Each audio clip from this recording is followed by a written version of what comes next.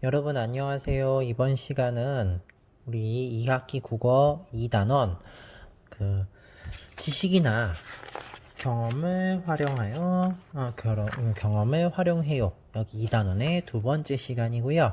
지식이나 경험을 활용해 글을 읽어보는 시간을 갖도록 하겠습니다. 우선 그 전에 1번과 2번은 오늘 공부하게 될 글의 예전에 여러분들이 배웠던 지식을 떠올리는 활동이라고 생각하면 되겠습니다. 여러분 5학년 1학기 과학 시간에 열의 이동, 즉 대류 현상에 대해서 공부를 했을 겁니다. 그래서 여러분들 지금 국어책 뒤쪽에 부록에 붙임 자료에 보시면 이런 자료가 하나 나와 있을 거예요. 그래서 나는 이걸 뗄 건데 여러분들 중에는 좀 떼면 또 잃어버릴 것 같다는 친구들은 그냥 펴놓은 채로 같이 보셔도 되겠습니다. 자, 간단하게 이야기하면 여러분 액체나 기체의 경우에는 따뜻해지면 위로 뜨고 차가워지면 아래로 가라앉는다라고 기억을 하고 있을 겁니다. 실제로 무게가 바뀌는 건 아니고요. 조금 어려운 말로 그 물질의 밀도가 달라지기 때문에 그 밀도가 커지냐 작아지냐에 따라서 위로 올라가기도 하고 내려가기도 해요. 기체 같은 경우에는 그런 현상이 훨씬 더 잘 일어나고요. 액체는 그 정도까지는 아니지만 그래도 전반적으로 따뜻한 액체는 위로 올라가게 되고 차가운 액체는 아래로 가라앉게 되는 그런 성향을 보이게 됩니다. 그거에 대한 내용들이에요. 또 고체 같은 경우에는 철, 구리, 알루미늄 이런 것들은 열이 빨리 전달되는 반면에 유리라든지 돌, 나무 이런 것들은 열이 천천히 전달이 된다고 공부를 했을 겁니다. 그래서 고체 같은 경우에는 열이 이렇게 움직인다고 생각을 하면 돼요. 공을 옆에 친구한테 전달을 할 건데 고체 같은 경우에는 바로 옆에 있는 친구한테밖에 전달을 못해. 근데 친구들이 쫙 붙어서 일렬로 서 있어요. 그럼 바로바로 넘겨주면 되죠? 그쵸? 근데 액체랑 기체 같은 경우에는 내가 이 공을 들고 조금 자유롭게 돌아다니다가 내가 어떤 친구하고 부딪히게 되면 그때 공을 넘겨주는 방식으로 열이 전달된다고 생각하시면 되겠습니다. 그거에 대한 내용이고요. 이렇게 살펴봤습니다. 자, 그러면 이제 열의 이동과 냉장고를 관련 지어 친구와 묻고 답하기를 해볼 건데 안타깝게도 지금은 옆에 친구가 없죠. 그래서 혼자 한번 생각을 해보시되 냉장고 안 온도가 차갑게 유지되는 것은 열의 이동과 관련이 있을까? 있을까요? 있어요. 다만 요즘 냉장고는 물론 요즘 냉장고도 관련은 있는데 옛날 냉장고 보면 여러분 요즘도 그런 경우 하긴 많지. 네. 냉동실이 위에 보통 있어요. 그쵸? 네, 냉동실이 밑에 있는 경우는 예전엔 잘 없었어요. 보통 다 위에 있거든요. 그게 왜 그래요? 냉동실 공기가 더 차갑죠? 그러니까 아래로 자동으로 깔리게. 그렇게 한 거예요. 처음에 여러분 왜 어머니, 아버지, 부모, 할아버지, 할머니께서 찌개나 국을 끓여주시면 처음엔 뜨겁잖아요. 근데 그거를 처음에 딱 넣으면 이 안에서도 사실은 공기가 돌고 도는 거예요. 냄비에 있던 따뜻한 공기가 나와서 쭉 올라가다가 냉장고에 있는 차가운 공기를 만나서 차가워지니까 다시 내려오는 이런 현상이 계속 발생을 하다가 점점 온도가 내려가면서 냉장고 온도랑 똑같아지면 더 이상 공기 흐름의 변화가 크게 없는 그런 원리인 거예요. 자, 그러면 이제 이런 공기 이동, 열의 이동이죠. 열의 이동과 관련된 내용을 잠깐 살펴봤는데, 그럼 이제 여러분들이 이제 이런 생각을 할 수 있겠죠. 그럼 오늘 읽을 글이 이런 열의 이동과 관련돼 있는 글인가 보다라는 걸 예상을 할 수가 있잖아요. 맞습니다. 오늘은 조선시대의 냉장고에 대해서 공부를 해보도록 하겠습니다. 조선시대에도 사실 여러분들은 얼음이나 아이스크림 같은 거 되게 쉽게 먹죠. 보관도 쉽게 하잖아요. 그죠? 그냥 집에 가서 냉장고 열면 항상 아이스크림이 있고 얼음이 있어요. 얼음은 특히 많죠. 어느 계절에? 그렇죠. 여름에. 근데 옛날에는 이렇게 전기를 이용한 아이템 장비가 없잖아요. 그럼 임금님은 얼음 한 번도 못 드시고 사셨을까? 아닙니다. 신기하게요. 이 열의 이동과 관련돼 가지고 자연적으로 냉장고만큼 시원하게 유지되는 곳들이 있어요.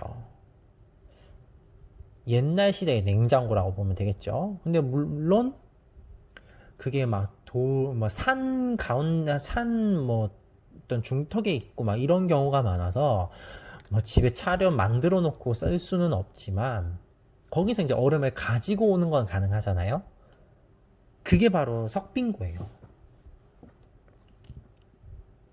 그래서 지금 우리가 이것 때문에 앞에서 열의 이동과 관련된 얘기를 계속 한 겁니다. 자, 그러면 지난 시간과 마찬가지로 글이 좀 길어요. 그래서 오늘도 잠시 멈춰둔 상태로 눈으로 글을 읽어본 다음에 그 다음에 이어나가도록 하겠습니다. 잠시 영상 멈추세요. 자, 그럼 다 읽으셨죠? 네, 그럼 같이 한번 가보도록 하겠습니다. 자, 여기 첫 번째 문단 이만큼이죠. 혹시나 해서 문단은 첫 번째 빈칸, 그리고 옆에 이렇게 빈 곳, 이만큼을 한 단위로 문단이라고 합니다. 문단에서는 중심 내용은 한 가지입니다. 중심 내용이 두 가지다. 그러면 문단을 나눠야 되는 거예요. 자, 예전에는 어떻게 조상님들이 무더위를 이겨낼 수 있었을까에 대한 얘기가 바로 석빙고가 등장을 합니다. 네, 석빙고. 그죠? 그래서 예전에 우리 조상들이 더위를 이겨낸 방법인 석빙고에 대해서 소개를 하고 있습니다. 그리고 두 번째 문단으로 넘어가게 되면요. 여러분들이 읽었다고 생각하기 때문에 바로바로 넘기는 겁니다. 혹시 안 읽고 영상을 그대로 보는 친구들은 지금이라도 빨리 영상을 멈추고 글을 읽어보도록 하세요.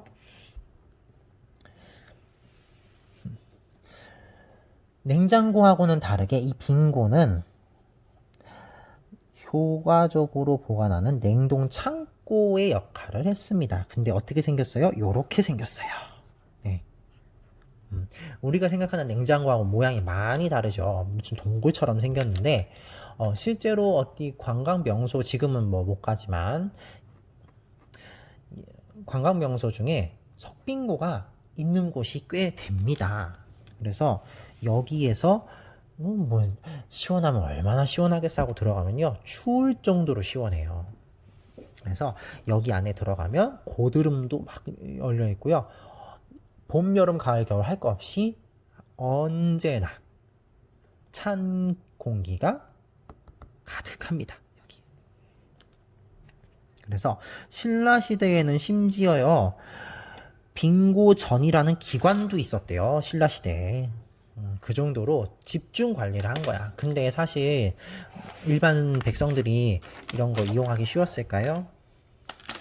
그쵸. 사실 어려웠겠죠. 그죠? 이제 귀족이나 왕족들, 이런 사람들만 이제 사용을 했겠지. 고려 시대에는 얼음 보관 기록이 고려사에 나타나 있대요. 그래서 음력 4월에 여기서 진상은 임금님 드세요 하고 올려드리는 걸 진상이라고 합니다. 네. 그리고 법으로 해마다 6월부터 입추까지 신하들에게 얼음을 나누어 준 기록도 있대요. 봐봐, 사실 여기 아까 얘기한 것처럼 백성들은 잘 못 써요. 접할 기회가 없고. 두 번째 문단은 그래서 무슨 얘기를 하고 있냐? 과거 우리 조상님들이 이 빙고, 창고를 어떻게 활용하셨는지에 대한 이야기가 나와 있습니다. 그리고 이제 다음 문단 같이 보시면요. 신라시대, 고려시대였고 그 다음 어디? 조선시대. 이번에는 얼음 창고를 만들었대요. 그래서 동빙고와 서빙고로 나눴대요. 그래서 왕실의 제사에 쓰일 그런 얼음을 보관을 했고, 동빙고에는 서로 보관한 역할 내용이 다른 거죠. 제사 중심, 서빙고는 음식 저장, 식용, 의료용 이렇게 나누어서 관리를 했다는 것을 알 수 있습니다. 그래서 이것은 이제 조선시대 중심의 이제 빙고, 그리고 위에는 신라 고려시대 이야기를 하고 있습니다. 자, 다음 문단 보시면 또 이만큼이 되겠죠. 한겨울에 얼음을 보관했다가 쓰는 기술을 장빙이라고 했습니다. 우리나라가 여름, 겨울 기온차가 크다 보니까 이런 장빙 기술이 크게 발달을 해가지고 아주 완벽하게 남아있는 것이 경주의 석빙고다 이거죠. 그래서 지금 우리 조상들의 그런 어떤 장빙 기술과 관련돼서 드디어 석빙고가 등장을 했습니다.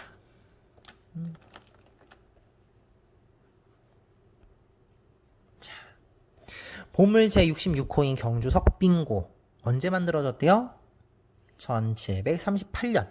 엄청 오래됐죠. 거짓말 조금 보태서 지금으로부터 300년 전에 만들어진 거예요.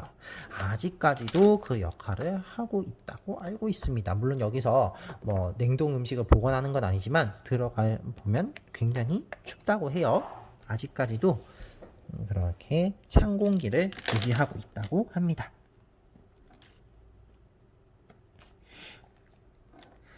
그리고 다음은 여기서부터인데, 자, 여기서부터는 무슨 얘기가 나오냐면, 잘 보세요. 자, 석빙고는 만든 거잖아요. 그죠? 그래서 이 석빙고의 구조와 원리에 대해서 나와 있습니다. 같이 한번 보겠습니다. 자, 지붕은 이중구조래요. 그래서 바깥쪽 열은 막고, 안에 있는 열은 안쪽은 열전달이 빨리 돼서 열을 빨리빨리 빠져나가게끔 해주는 거예요. 그리고 천장은 반원형, 기둥 5개, 장대석 걸쳐놨고요. 여기에 중요한 게 이 공기 구멍입니다. 이게 포인트예요. 여기서 이제 바람이 들어왔다 나갔다를 반복을 하는 거거든요. 그래서 바깥에서 바람이 불 때 빙실 안쪽 공기가 빠져나오게 되고, 즉 아까 말했던 데워진 공기, 열로 데워진 공기, 그리고 출입문에서 들어오는 더운 공기가 어떻게 지붕 밖으로 빠져나가기 때문에 얘가 제일 중요해요. 그래서 열의 이동 때문에 어차피 데워진 공기, 뜨거운 공기는 위로 올라갈 거니까 거기서 바로바로 바람이 빠져나가게끔 해주고 찬 공기는 최대한 오래 머물게 해주는 거예요. 그래서 또 하나 포인트가 되는 게 지붕에 뭐 심었어요? 잔디. 그래서 태양열 차단. 그리고 이 배수로도 굉장히 중요해요. 아무리 기온이 떨어져도요, 습기가 차 있는 곳에서는 얼음이 열기 힘들어요. 그래서 이 배수로를 통해서 물이 빨리 빠져나가가지고 습하지 않게 건조한 상태를 유지해주는 그런 원리로 만들어졌습니다. 그래서 이번 문단은 석빙고의 과학적 원리에 대해서 이야기를 하고 있습니다. 그래서 여기에다가 이게 다음 문단입니다. 여기에다가 석빙고의 얼음을 왕겨, 집 이런 것들로 쌓아서 보관을 하는 거예요. 단열 효과, 여러분들이 단열 효과라고 하면 따뜻하게 해주는 것만 생각하는데, 끈을 단자고요. 열을 잘라버린다는 건데, 이거를 쉽게 얘기하면 서로 공기가 왔다 갔다 하는 걸 막아버리는 거예요. 그러니까 찬 물건을 단열 효과가 있는 물질로 싸버리면요, 안에 있는 찬 공기가 빠져나가지 못해요. 끊기니까 거기서. 그래서 찬 게 오래 가요. 여러분들이 흔히 이야기하는 보온병 있죠. 보온병이 따뜻한 걸로만 생각을 하는데 아니라 그랬잖아요. 그죠? 그냥 그 온도를 계속 유지시켜주는 게 보온병이에요. 그래서 얼음을 넣으면 얼음이 오래 가는 거고요. 따뜻한 국을 넣어가면 그 국이 오래 따뜻해지는 거예요. 그런 원리입니다. 그래서 얼음이 약간 녹을 때 주변 열도 흡수해. 누가? 왕겨나 집이. 그래서 계속 안쪽을 따뜻하게 해주는 거예요. 주변 열 흡수. 첫 번째, 단열 효과 높고요. 주변 열을 흡수하기 때문에 좋은 재료라고 이야기를 해주고 있습니다. 그래서 마지막 문단은 정리라고 보시면 돼요. 석빙고는 자연 그대로의 순환 원리에 맞춰서 계절의 변화, 돌, 흙, 바람, 지형 등을 활용한 자연 상태에서 가장 효과적으로 얼음을 오랫동안 저장할 수 있는 구조인 겁니다. 누가요? 석빙고가요. 그래서 우리 어찌 보면 조상님들의 굉장한 과학 기술을 엿볼 수 있는 구조물입니다. 그래서 석빙고가 하나만 있는 게 아니라 되게 많아요. 특히 창녕 영산 석빙고는 선생님 외가댁이 창녕이라서 한번 가본 적이 있는데 최고입니다.